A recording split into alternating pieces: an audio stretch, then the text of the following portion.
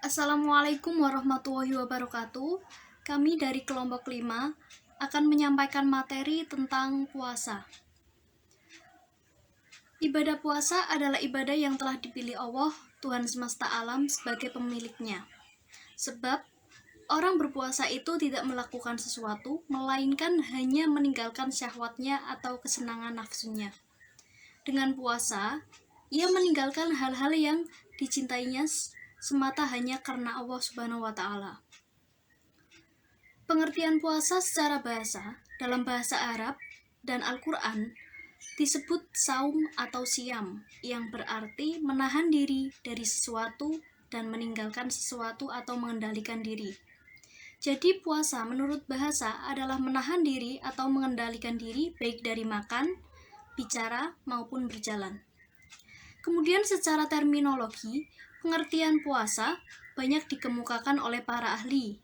Dari beberapa definisi yang dikemukakan para ahli dapat ditarik pengertian bahwa puasa siam adalah suatu substansi ibadah kepada Allah Subhanahu wa Ta'ala yang memiliki syarat dan rukun tertentu dengan jalan menahan diri dari segala keinginan syahwat perut dan dari segala sesuatu yang masuk dalam kerongkongan, baik berupa makanan, minuman, obat, dan semacamnya, sejak dari terbit fajar hingga terbenam matahari, yang dilakukan muslim yang berakal, tidak haid, dan tidak pula nifas, dan dilakukan dengan yakin dan disertai dengan niat. Kemudian dasar hukumnya, hukum puasa Allah Subhanahu wa Ta'ala memerintahkan hambanya untuk beribadah kepadanya. Pada bulan Ramadan, Allah Subhanahu wa Ta'ala mewajibkan pada umatnya yang beriman untuk menjalankan ibadah puasa. Sebagaimana dalam firman Allah Subhanahu wa Ta'ala dalam surat Al-Baqarah ayat 183, Bismillahirrahmanirrahim. Ya ayyuhallazina amanu kutiba alaikumusyamu kama kutiba alal ladzina min qablikum la'allakum tattaqun. Yang artinya, hai orang-orang yang beriman, diwajibkan atas kamu berpuasa sebagaimana diwajibkan atas orang-orang sebelum kamu agar kamu bertakwa. Quran Surat Al-Baqarah ayat 183. Berdasarkan ayat di atas, tegas bahwa Allah Subhanahu wa Ta'ala mewajibkan puasa kepada hamba-hambanya yang beriman sebagaimana Dia telah mewajibkan kepada para pemeluk agama sebelum mereka. Dia telah menerangkan sebab diperintahkannya puasa dengan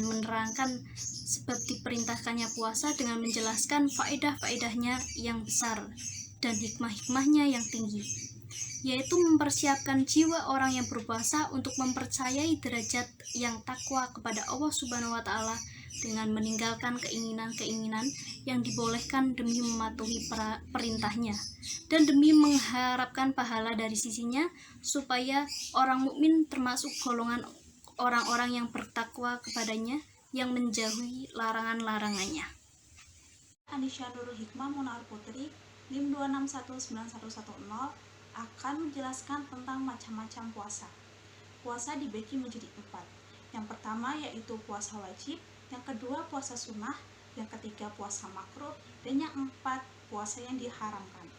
Oke, kita bahas satu persatu. Yang pertama ada puasa wajib. Apa aja sih puasa yang termasuk dalam puasa wajib? Yang termasuk dalam puasa wajib ada puasa Ramadan, puasa qadha, puasa nazar, dan puasa kifarat. Puasa Ramadan adalah puasa yang dilakukan selama 30 hari di bulan Ramadan.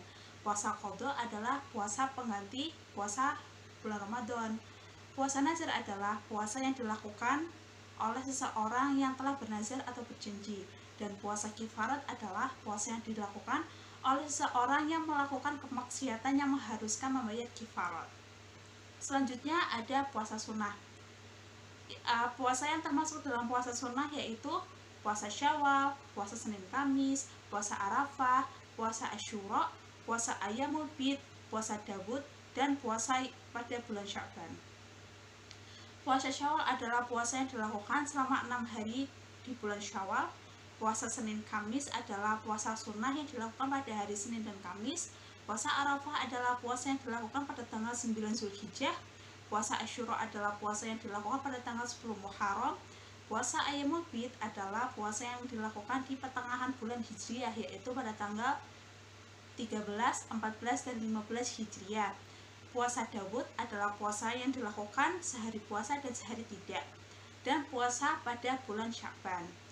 Selanjutnya ada puasa makruh. Yang tergolong dalam puasa makruh ada dua. Yang pertama yaitu puasa seumur hidup, dan yang kedua yaitu puasa hari Nairus dan hari-hari sejenisnya di hari raya kaum musyrik. Yang terakhir yaitu ada puasa yang diharamkan. Puasa apa saja sih yang diharamkan? Yang pertama yaitu puasa pada dua hari raya Idul Fitri dan Idul Adha. Yang kedua yaitu puasa pada hari tasyrik. Hari tasyrik yaitu pada tanggal 11, 12, dan 13 Zulhijjah. Selanjutnya ada puasa sehari atau 2 hari sebelum bulan Ramadan. Kemudian ada puasa khusus hari Jumat. Dan yang terakhir yaitu puasa sunnah seorang istri tanpa izin suami.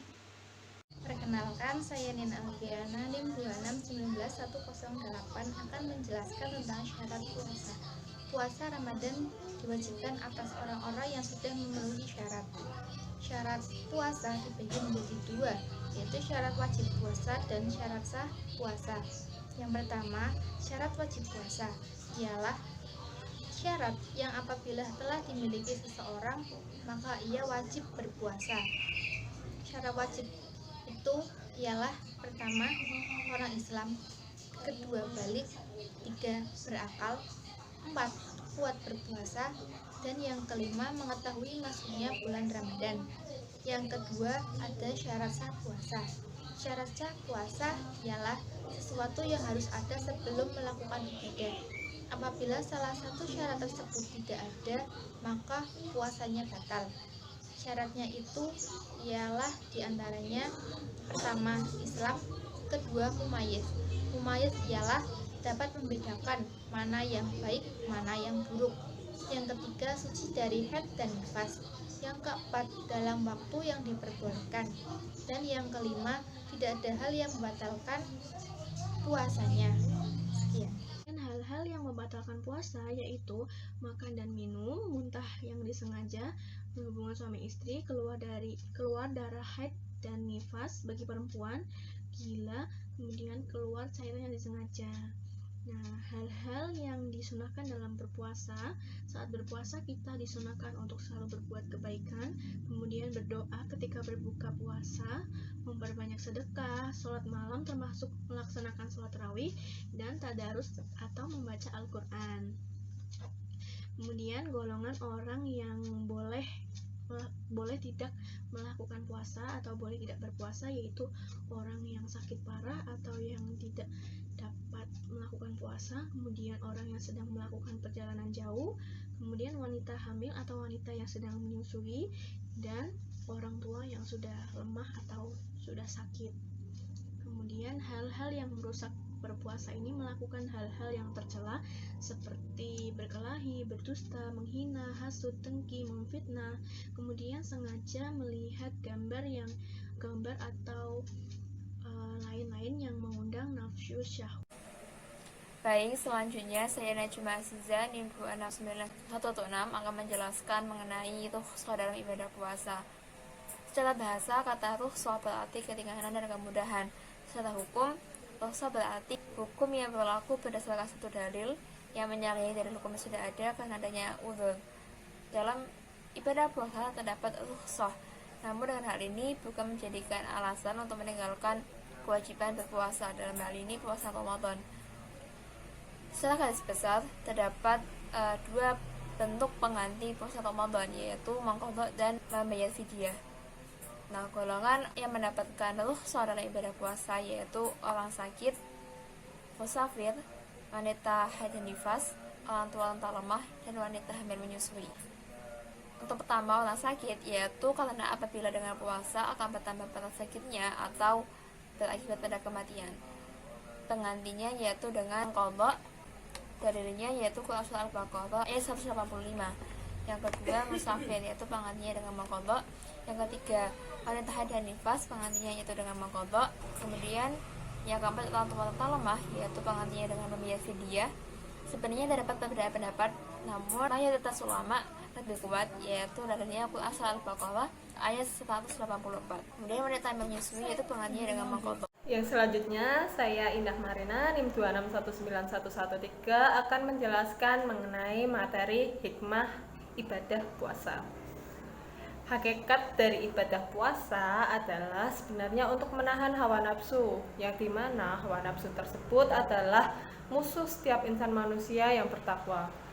Tak ada perintah ataupun larangan Allah Subhanahu wa Ta'ala tanpa adanya hikmah, baik berupa ibadah maupun muamalah. Termasuk perintah ibadah puasa sendiri pasti ada banyak hikmahnya. Sebagian diketahui dan sebagian tidak dapat diketahui. Hikmah utama dari puasa adalah pembinaan akhlak manusia. Ada banyak sekali hikmah puasa yang bisa ditemukan dan dikaji, khususnya dalam hal fisik, yaitu menyehatkan fisik manusia, juga dalam hal masalah kejiwaan manusia. Beberapa hikmah ibadah puasa yang telah diteliti dan dibuktikan kebenarannya ada dua, yaitu yang pertama, hikmah puasa bagi kesehatan fisik. Puasa ditinjau dari segi kesehatan fisik banyak mengandung hikmah atau manfaat tersendiri. Hikmah puasa bagi kesehatan tubuh dapat dibuktikan secara empiris ilmiah.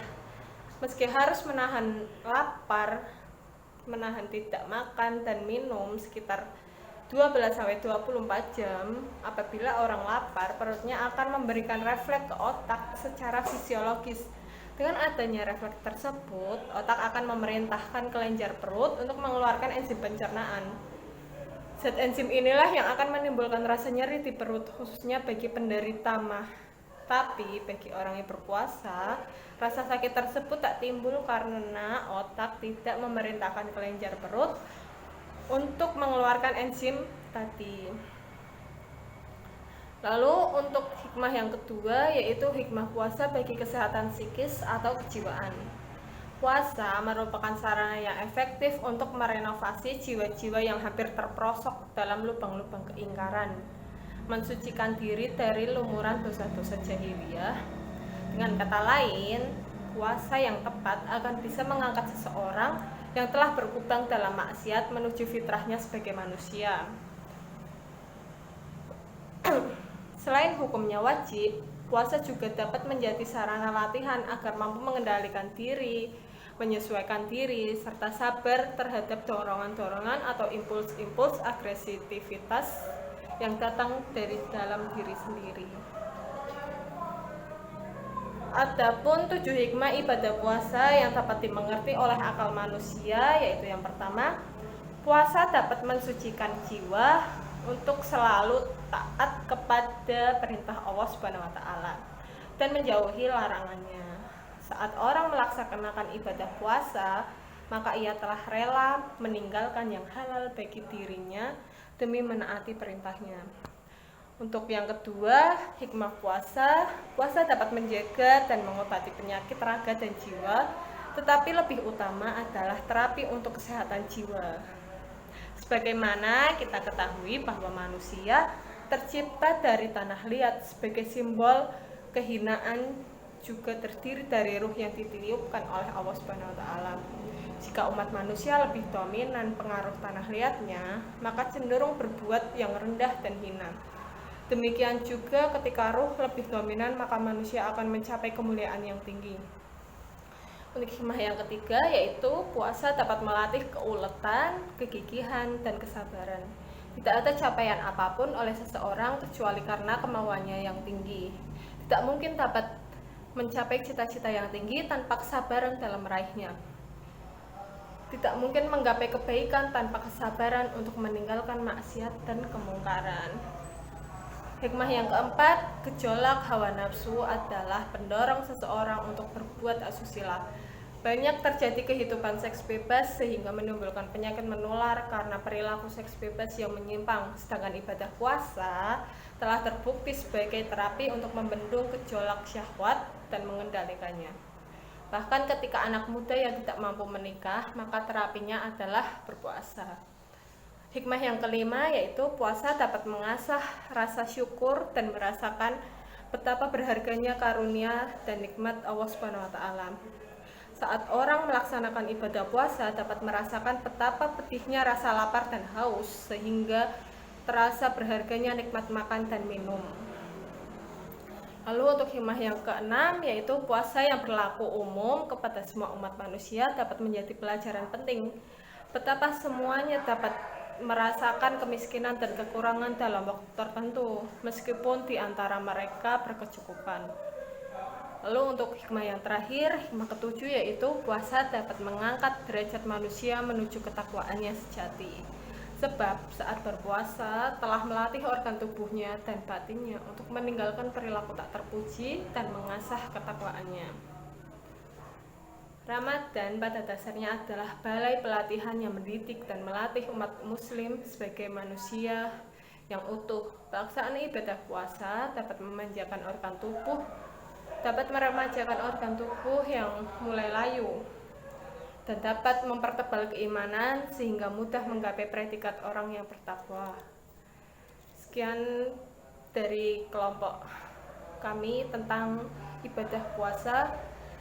Kurang lebihnya mohon maaf. Wassalamualaikum warahmatullahi wabarakatuh.